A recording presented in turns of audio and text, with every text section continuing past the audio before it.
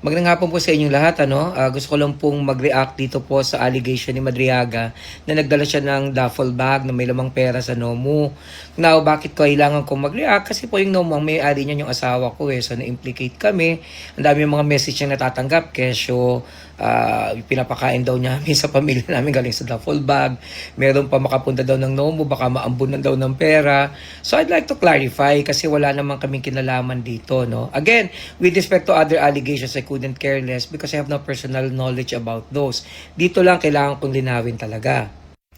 Una sa lahat, gusto ko pong ipakita po yung itsura po ng Nomo para ma-appreciate nyo. Ang Nomo po sa tapat mismo ng Tomas Morato. So busy street po yan. Wala kami sa looban, kagaya ng ibang mga tagong establishmento. So pagpasok nyo pa lang sa Nomo, makikita nyo sa video, napakaliit ng first floor namin. Mga 20 square meters lang yan eh. Diba nakita nyo nga yung mga kahan ng bote ng beer sa labas na nga lang inilagay. So kung maliit yan, di lalo lang po mas maliit din yung second floor namin. So ganun din kalakian, makikita nyo yung pictures. So ginagamit namin pareho yan. Doon po sa affidavit na original ni Madriaga, ang sabi niya, di ho ba pinadala daw ni Atty. Monsayak yung duffel bag doon sa taas sa opisina. So nagkapali po siya doon, halatang hindi siya nakapunta sa Nomo. Sa liit ng Nomo, wala ho kaming opisina, hindi kami medium-sized bar na kagaya ng iniisip niya. Ang itsura po ng Nomo sa taas ganito, tingnan nyo po. Pag akyat nyo po dito sa video, sa kanan, yan na po yung pinakakainan namin. Sa kabilang side naman po, makikita nyo po, may maliit kami na CR kasi nga maliit lang kami. At sa katabi niyan, may napakaliit din kami na stock room. Diyan namin nilalagay yung mga delata, yung mga soft drink at beer. At yun namang mga kahan na malalaki, doon na lang sa labas. So, sana po maging malinaw yan. Wala kaming office. Pero maganda, binago niya yung statement niya, di ba?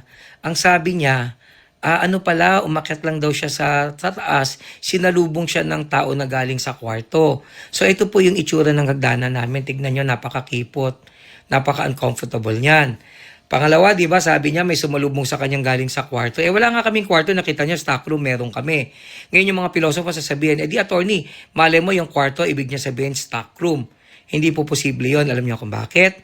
Yung Supreme Court po sa jurisprudence natin, meron tayong doctrine of human experience na ang ibig sabihin, based on human experience, lahat ng tao makakakita nun, hindi mo tatawagin kwarto yon. Automatic sasabihin mo, stock room yan. So kailangan malinawan po natin yan ha. So may iniisip ko na lang, bakit niya ginamit yung Nomo? Bakit yun ang sinabi niya na nagdala siya ng pera ron? Medyo may duda ako. Again, speculation ito ha. Kasi nung nag-testify siya, di ba, nagpakita siya ng picture sa Nomo na magkasama si Atty. Kilala at si Atty. Monsayak na may hawak silang plaque na galing sa grupo niya na isip. Other than that picture, wala na siya may papakitang ebidensya, may kaugnayan siya kay Atty. Monsayak di ba? Marami siya kay Atty. Kilala. So dahil paninindigan niya yung picture na yon, pinanindigan niya na rin yung lugar. Now which is actually weird. Sabi niya may awarding ceremony ron. Wala kami awarding ceremony. Meron kaming mini show doon. Para nagpa-picture lang yata sila dahil may dinalang plaque. Yun na nga yung problema eh. Isipin mo, base sa kwento niya, nagpunta siya at nagdala ng duffel bag kung kailan kami merong event.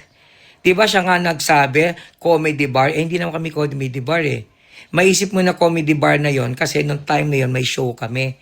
So sinong gago na magdadala ng duffel bag sa isang lugar na maraming tao may show? Tsaka di ba ang weird, hahatid mo yung maleta sa taas para lang ibaba uli? Ba't hindi na lang nila diniretso sa kotse o dalhin sa ibang safe houses na kagaya ng ginagawa ng mga ordinaryong bagman? So sana po maging malinaw yung mga bagay na yan ha. Tsaka gusto ko din palang linawin yung mga lumalabas na parang tambayan daw to ng mga tao ni Sara Duterte. Hindi po totoo yan. Ang nakapunta lang po talaga dyan si Reynold Monsayak at si Atty. Kilala. Si Atty. Kilala po lagi nakakapunta kasi kasama yan ng grupo naming Insanity. Diyan kami gumagawa paminsan ng show or gumagawa ng open mic. At marami siya kasamang comedians po, kagaya po ni Congressman Argel Cabatbat. Si Atty. Luke Espiritu po na senatoriable. Yan po yung nag-perform na rin sa Nomo, nagko-comedy din yan eh. Si Rito Orquia ng Pilipinas Got Talent, si Kuya Jobert ng Channel 2, si Rica Lasso ng Channel 2, at napakarami pang mga komedyante. Tsaka hindi po totoo na sinabi niya na pumunta siya ng alas 12 ha. Hindi pa ho kami sarado noon. Pag may event kami hanggang alas 3, alas 4, nagkikwentuhan po kami talaga. At sa kaso naman ni Atty. Monsayak, nakapunta siya dyan 2 beses lang kasi in-invite ko siya. Yung uli na nga, nung merong show. At hindi lang po si Atty. Monsayak ang nakapunta dyan, lahat ng kaibigan kaibigan ko. Si Attorney Carlos Ibanez, na kakaibigan ko kakamping, nakakain na dyan. Yung kaibigan ko rin naman si Jamie Bondoc na DDS, nakapunta na rin dyan. Nakapunta dyan si Jano Gibbs, si Brad Pitt, si Mike Hanopol, yung mga kaibigan ko mga politiko, mayor, vice mayor, yung anak ni Montulfo, si Yvette, nakapunta na rin dyan. Ang kagawad pa namin dyan, si Attorney Falsis. At by the way, malaking tulong ni Attorney Falsis. Nagka-problema kasi kami sa harap dyan. Siya yung kagawad namin. Tinulungan niya kami. So sa bandang huli po, kailangan ko talagang magsalita Wala akong pakialam sa impeachment Wala akong pakialam sa ibang mga allegations. Issue ko lang talaga itong issue namin kasi napagbibintangan yung asawa ko Ngayon sa maniwalat kayo sa hindi, wala naman akong pakialam, di ba? So ang request ko lang, puntahan nyo na lang kami sa Nomo kasi masarap yung pagkain namin. Hindi ba? So pati po yung mga members ng Justice Committee, pakitain nyo naman kami, pwede kayo mag-ocular inspection dito, interviewin nyo lahat ng mga waiters namin at lahat kami willing mag-cooperate. Pati yung mga royal customers namin can actually talk. Yun lang po. Maraming salamat po.